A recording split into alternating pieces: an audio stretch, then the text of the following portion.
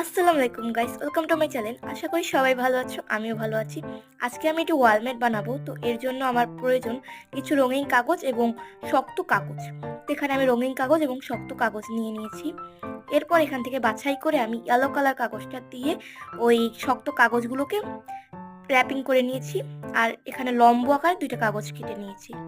এরপর এভাবে জোড়া লাগিয়ে দিয়েছি এবং এখানে নিয়েছি হোয়াইট কালারের একটি সাদা পেপার। এরপরে এই পেপারটা দিয়ে আমি দুটো ফুল এঁকে বানিয়ে নিয়েছি একদম সমান মাপে।